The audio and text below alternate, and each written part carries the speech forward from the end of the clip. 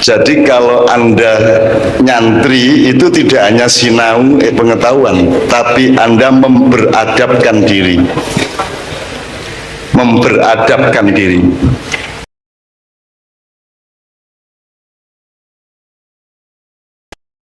Jadi kalau pengetahuan kan satu sisi, tapi kalau peradaban kan semua sisi. Betul ya?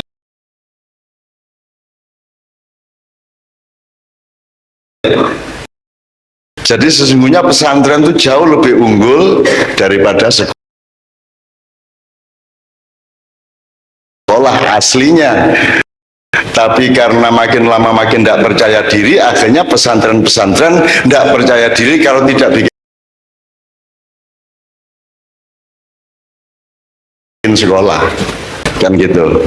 Jadi muta'adib adalah orang-orang yang ingin menjadikan dirinya beradab. Beradab itu ada dimensi ilmu, ada dimensi akhlak, ada dimensi budaya, ada dimensi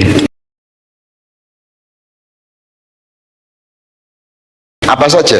Itu namanya muta'adib. Jadi tidak hanya kebudayaan, tapi juga peradaban. Nah, salah satu ciri peradaban, salah satu ciri manusia adalah dia beradab.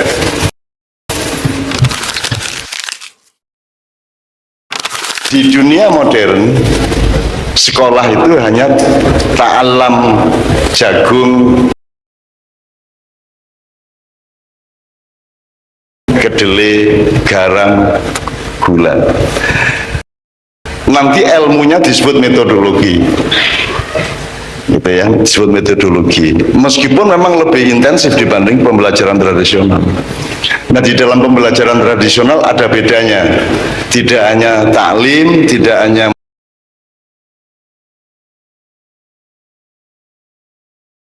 muta'alim, kemudian kalau sudah jadi guru namanya mu'alim.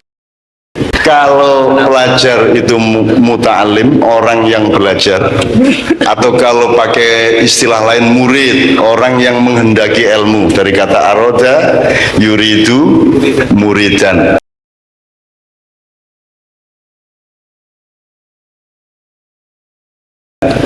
Kalau gurunya murad, orang yang dikehendaki ilmunya, gitu. Nah, kalau santri itu not just muta'alim. Jadi sekarang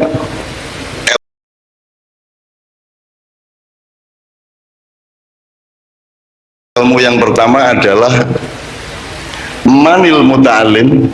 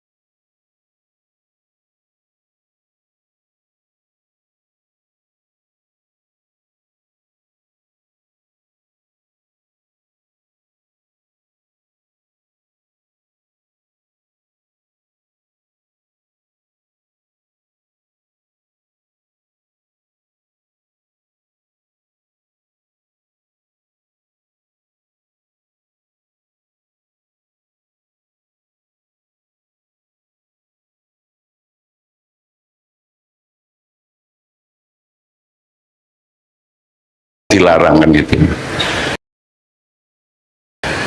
Jadi a'udzubillahi minasyaitonir rajim ya ma'syarul jinni in istata'tum an tanfudhu min aqtaris samawati wal ard la tanfudhuna illa bisultan. Jadi Anda kalau sudah kuliah, sudah berjuang untuk masa depan, saya menyarankan di Ma'iyah itu ada penyempurnaan wirid, tidak berarti menyalahi yang sudah ada. La haula wala quwata wala sultana illa billahil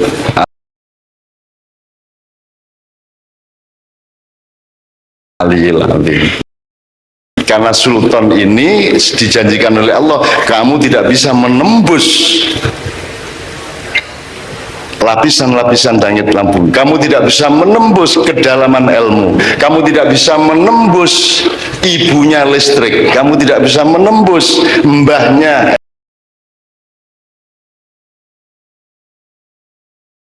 energi. Kamu tidak bisa menembus rahasia-rahasia fisika. Kamu tidak bisa menembus partikel-partikel terkecil di dalam biologi. Kamu tidak bisa menembus itu semua illa bisultan, kecuali dengan sultan. Nah, sultan ini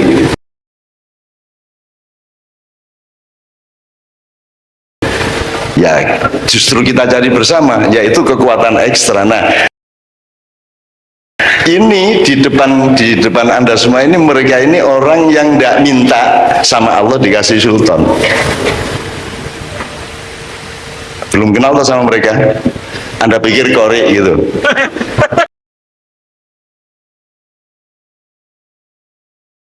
Mentang-mentang nganggu. Oke, jadi siapa yang akan memperkenalkan beliau-beliau ini? Sampean langsung atau ada salah seorang teman?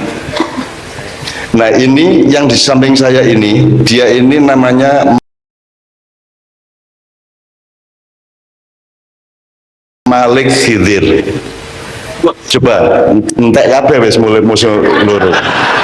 Malik ya wis tepake kaya ngono, tambah Khidir bisa. Jadi dia punya otoritas dan dia bisa menguak rahasia. Jadi Allah mentakdirkan bapaknya, kasih nama dia yang memang cocok dengan prestasi yang memang sudah disiapkan oleh Allah, Malik Khidir. Oke. Saya kenalkan dia dok, nanti dia mengenalkan teman-temannya. Malik Khidir ini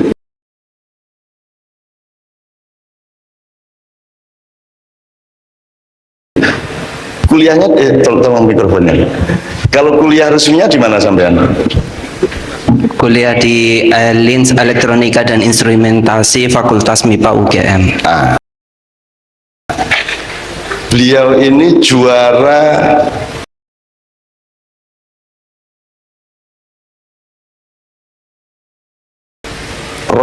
bikin robot di Trinity College, Hartford, Connecticut, USA, Amerika Serikat. Nah,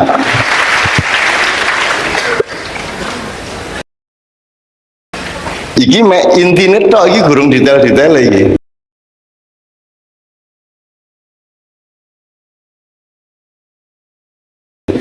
Jadi ini dikawal Nabi Khidir tiap hari. Nah, kalau pas Nabi Khidir nggak ada ya ponakane lah diomong-omong. Oke, sekali lagi tepuk tangan untuk Mas Malik ya. Mas Malik sekarang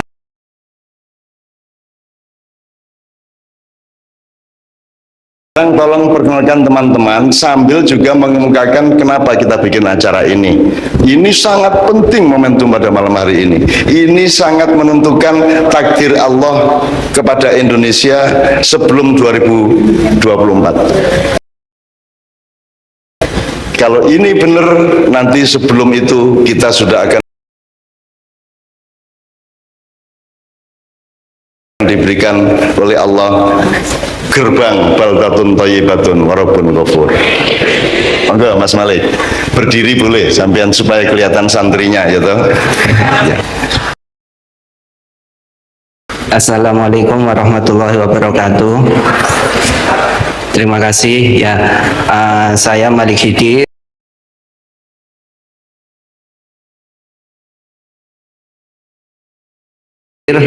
juara robot. Jadi waktu di Amerika, Mbah, itu robot saya kakinya patah. Sensor-sensor di sana bacanya beda semua karena beda suhu. Yang saya lakukan ketika kaki patah yaitu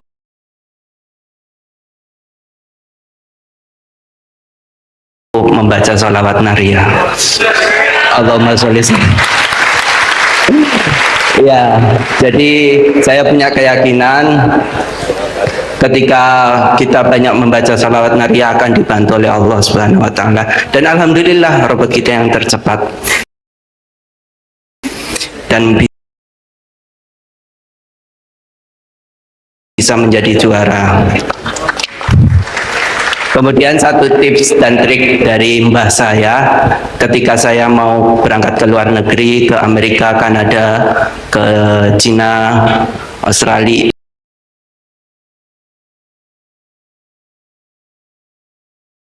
itu saya ke makam Batu Ampar di Madura.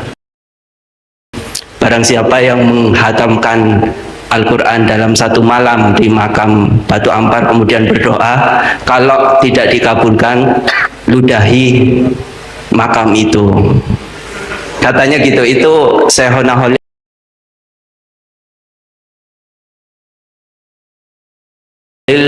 yang pertama kali hatam di situ langsung kebuka makrifatnya. Ceritanya seperti itu, dan di sana Anda bisa membuktikan banyak musafir-musafir yang menghatamkan Al-Quran di makam Batu Ampar. Silahkan dicoba yang mau nikah.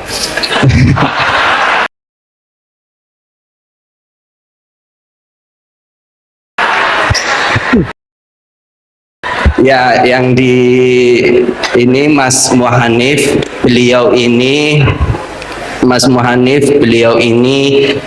mohon maaf, difabel, tunarungu.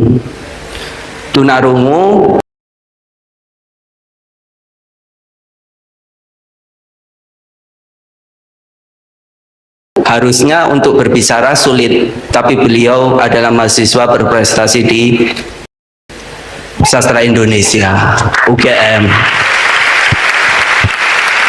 Dan sekarang insya Allah akan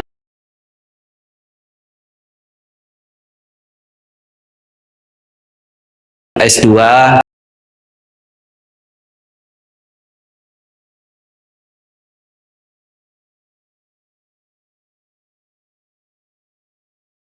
Beliau habis dari Jepang untuk penelitian tentang teknologi pertanian.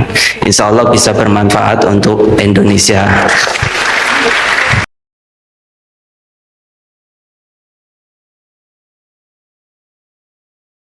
Kemudian ada Mas Nazri Pasaribu, beliau dari Barus, Sumatera Utara, yang ketua mobil listrik UII, yang insya Allah setelah acara ini selesai Mbah langsung mau ke Jakarta, rencana mau ke Australia. Mohon doanya semoga juara. Kemudian di sampingnya ada Mbak Birul Qadriyah, beliau santri juga di Nurul Ummah, dan beliau santri terinspiratif tingkat nasional yang berpidato di depan Pak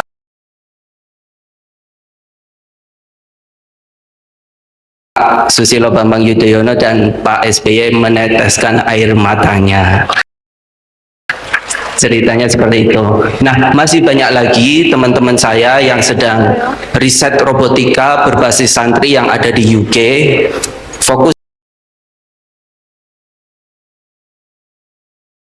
di bidang robotik, ada yang di bidang fisika, ada di Belanda, ada yang di bidang keagamaan, sosial, ada di Australia.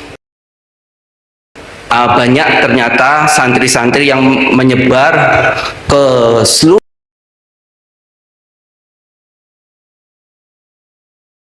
seluruh dunia mengibarkan bendera merah putih di internasional. Tapi timbul permasalahan setelah bisa membuat mobil listrik. Ini ada drone laut itu. Jadi drone laut itu harapannya bisa tanpa awak.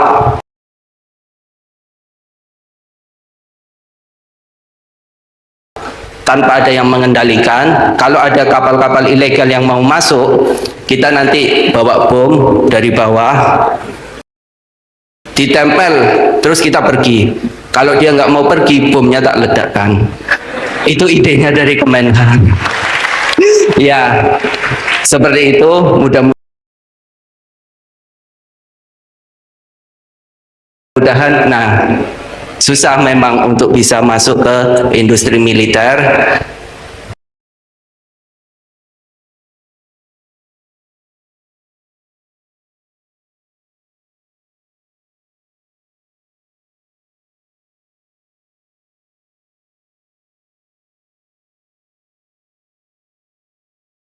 Bangsa Indonesia memfasilitasi apa saja. Selama ini arahan untuk para santri yang sudah berprestasi itu mau seperti apa. Saya juga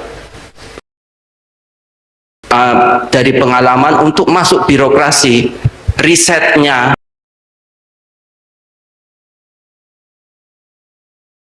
sama nurunin uangnya itu lebih mumet nurunin uangnya daripada risetnya sendiri, karena ribetnya birokrasi. Nah, apakah kita akan bertahan seperti itu terus sampai berapa tahun ke depan atau bagaimana, atau ya sudah kita ke luar negeri, pergi ke MIT, pergi ke Harvard, habis itu kita melakukan penelitian, mengembangkan teknologi di sana. Kemudian ada orang yang menghujat tidak cinta Indonesia karena mengembangkan teknologi robot di MIT. Kenapa nggak pulang saja? Padahal di sini juga kurang fasilitasnya. Nah, kita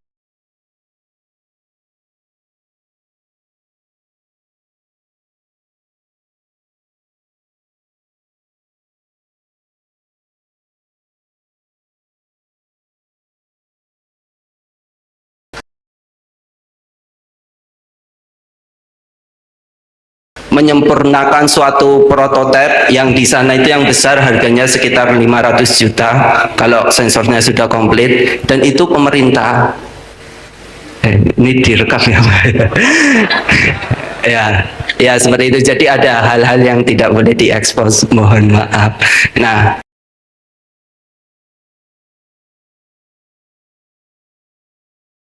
ya seperti apa ke depannya dan bagaimana kita memanajemen berjamaah untuk bisa gitu loh Mbak. Ya biar bisa semua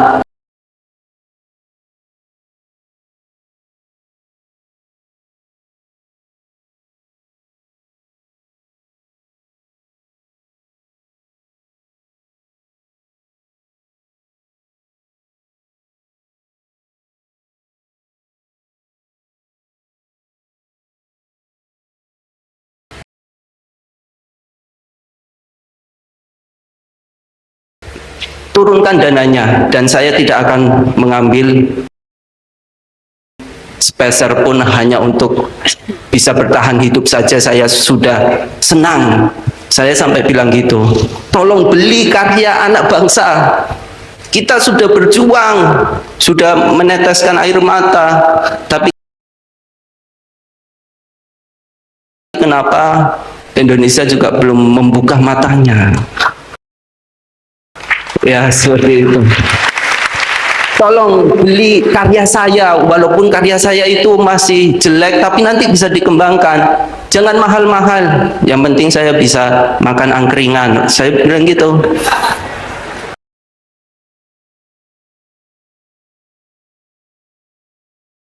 Tapi ya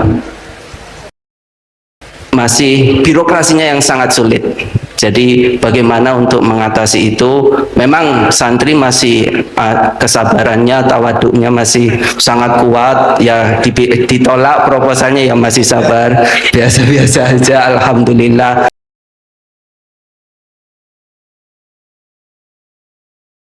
Ditolak biasa prihatin, dan itu yang menjadi basic kami siang hari melakukan penelitian dan malamnya mari berjamaah sholat memohon kepada Allah, tapi jawaban realnya itu kira-kira seperti apa Mbah?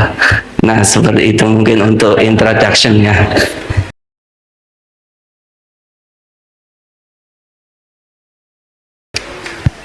Oke, tepuk tangan, tepuk tangan. Oke.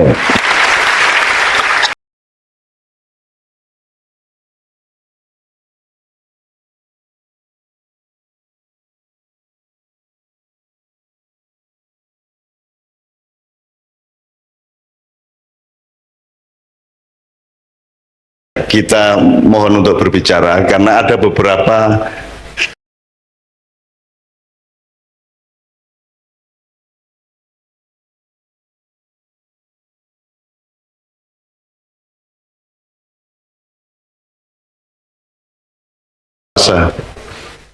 jadi bertamu ke Kadipiro di tempatnya Kiai Kanjeng itu sudah dibikinin teh, ternyata poso. Jadi kamu puasa itu luar biasa. Wis selawat nari.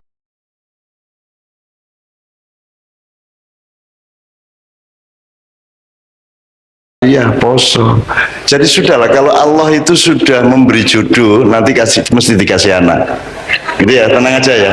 Nah jodohmu sekarang adalah kecerdasan itu nanti akan ada anaknya. Cuman sekarang ini seluruh Indonesia ini memang ada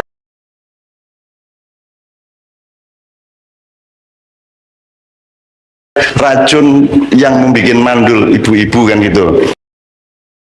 Nah, nanti kita pelan-pelan. Sekarang kita selawat nariyah dulu supaya yang berprestasi tidak hanya yang ini, tapi semua Anda berprestasi di wilayah masing-masing. Jangan semua bikin robot. Ya, kalau nggak berprestasi yang penting dia anak lah gitu.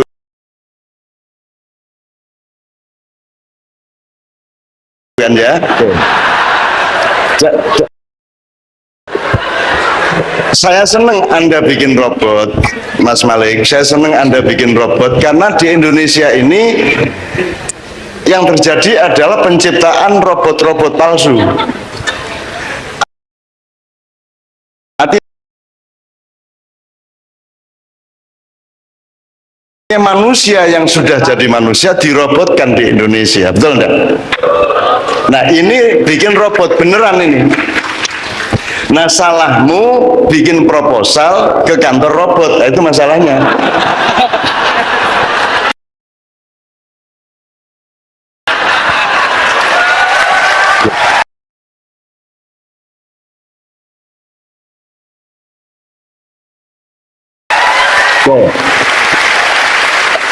Nanti kita omongkan bareng-bareng, kita berjuang bareng-bareng. Pokoknya sejumlah rumus Al-Quran kita pakai dan kita harus percaya betul.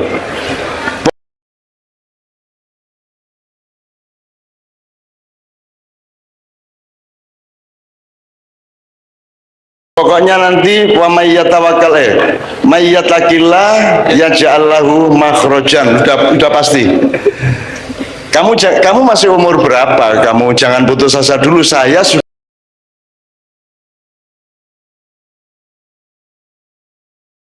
setua ini tidak pernah diakui oleh Republik Indonesia.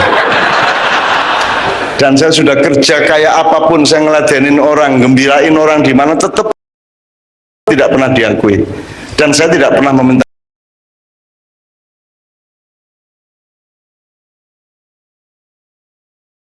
pengakuan.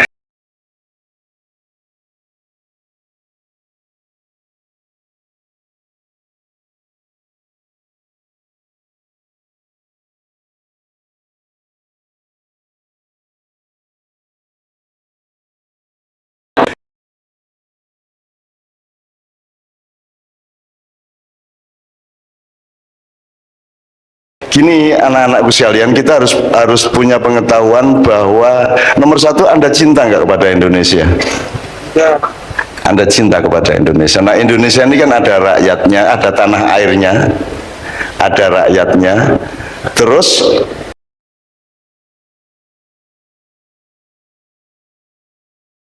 mau tidak mau sudah ada negaranya, sehingga ada pemerintahnya, kan begitu. Tetapi hubungan antara tanah air, rakyat,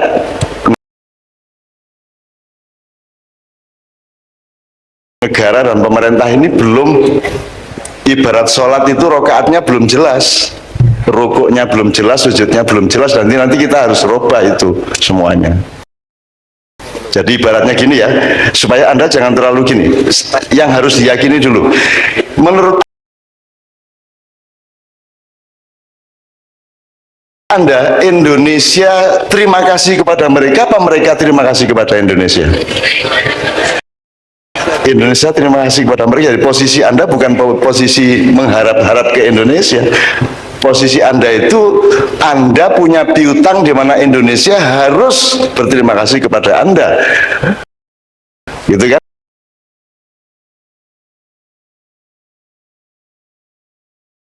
Karena Anda punya prestasi yang membawa nama baik Indonesia dan mungkin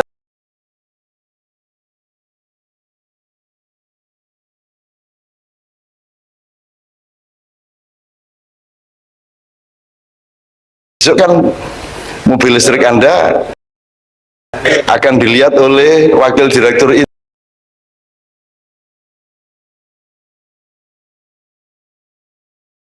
Intel, ngerti Intel? Bukaan komputermu kalau Intel itu ya. Dudu Intel anu lo ya, bukan Intel bin lo ya. Tolong ceritain dikit aja ya. Oh, jadi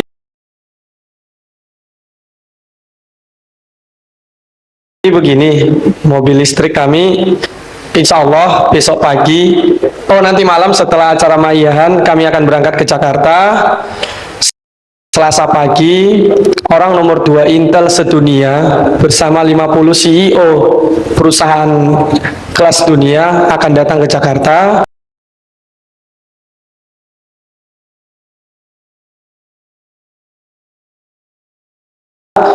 Berkunjung dan mobil listrik kami akan dilihat di Jakarta. Satu-satunya karya anak bangsa di Jakarta nanti.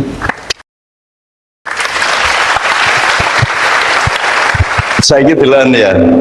Sekarang orang itu kan tertipu oleh penampilan. Kalau Anda ngomong mobil listrik kan tidak membayangkan menungsone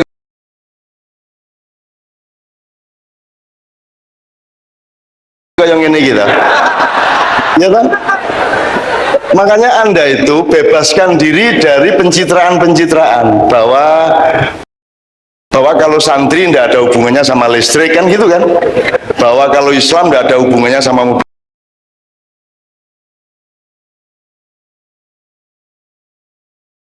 listrik, kan gitu. Tolong Anda merdeka dulu. Bahwa kalau orang yang bisa bikin mobil listrik tidak mungkin beli baju koko toh. Iki lah baju takwa toh ini. Iki kan cocoknya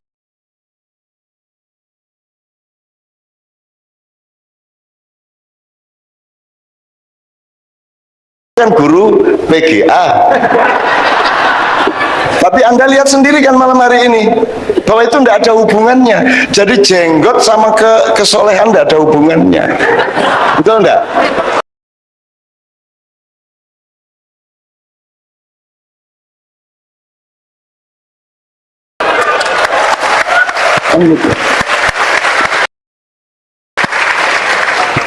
Tapi tidak usah mengatakan jenggot itu orang bodoh, ya tidak ada hubungannya bodoh sama jenggot. Kan gitu. Apa hubungannya jenggot karo bodoh itu gak ono. Gitu loh. Jadi juga kalau Anda tidak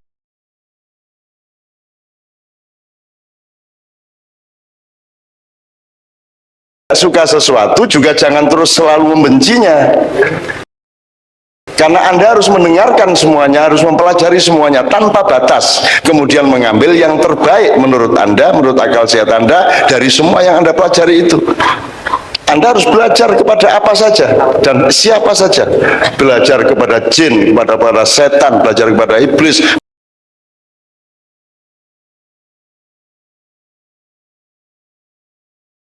belajar kepada orang Barat, orang Arab, orang Amerika Latin, orang India, orang Sri Lanka, orang Sudan. Anda belajar kepada semuanya, tapi kan Anda punya filter, Anda punya akal sehat, Anda punya pertimbangan untuk Anda ambil yang terbaik.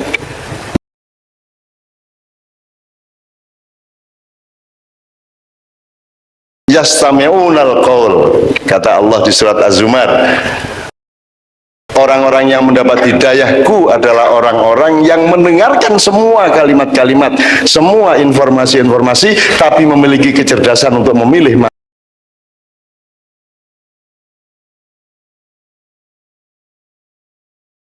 mana yang terbaik yang akan dia gunakan. Jadi mereka ini sudah menjalankan Al-Quran.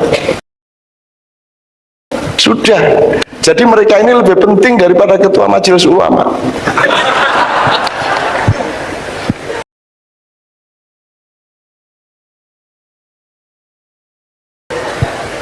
Kenapa lebih penting? Karena mereka membuka masa depan. Ya oke, saya nggak akan nerusin majelis-majelis itu, nggak saya terusin. Ya, pokoknya intinya Anda ini orang yang mestinya diterima kasih, diterima kasih oleh Indonesia. Jadi Anda itu orang yang lebih unggul daripada Indonesia. Indonesia kan merepoti ya penggaweannya, kan gitu.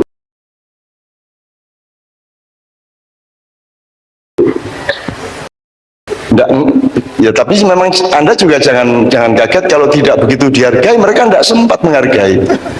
Mereka tidak sempat mikirin Anda. Mereka tidak sempat mikirin rakyat. Mereka sibuk Freeport ini terusnya bagaimana, kan begitu. Mereka tidak sempat. Dan seandainya sempat, belum tentu tahu yang mana berprestasi, yang mana tidak. Apalagi orang Indonesia itu kelas menengah ke atas itu minder, inferior. Jadi Islam itu baru benar kalau sudah ada profesor Amerika masuk Islam. Kalau yang ngomong itu kiai desa, dia tidak percaya. Kalau sedang yang ngomong tuh orang Amerika dari universitas apa gitu, baru dia mantap sama Islamnya. Itu sama dengan Anda berprestasi itu baru mantap kalau sudah dikasih hadiah muri. Jadi di THR itu, di Murah Wisata itu ada kelompok